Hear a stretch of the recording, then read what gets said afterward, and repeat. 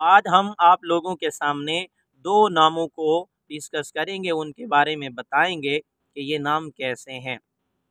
ایک نام ہے سائرہ بچی کا، اور دوسرا ہے عافیہ۔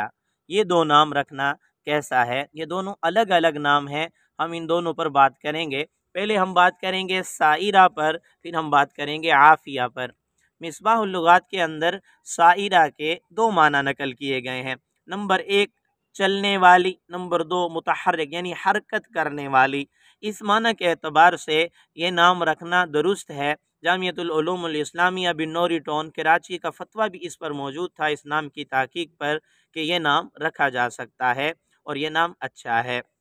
دوسرا نام تھا عافیہ، یعنی بچی کا نام عافیہ رکھنا کیسا ہے؟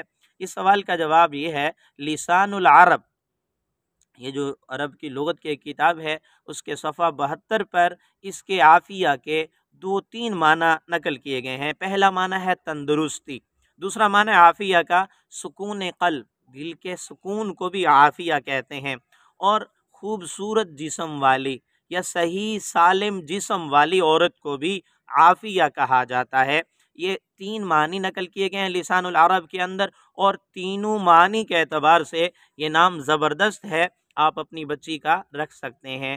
یہ دو نام ہیں۔ اس کے علاوہ کسی اور نام کے بارے میں آپ جاننا چاہتے ہیں، یا کسی خواب کی تعبیر معلوم کرنا چاہتے ہیں، یا کوئی شرعی مسئلہ معلوم کرنا چاہتے ہیں، تو کمنٹس کے اندر لکھیے، یا آئی بٹن کے اندر بھی آپ سرچ کر سکتے ہیں۔ میری دعا ہے اللہ تعالیٰ سے، اللہ تعالیٰ ہم سے دین کا کام لیتے رہیں، اور آپ لوگوں کی ہم یوں ہی رہنمائی کرتے رہیں۔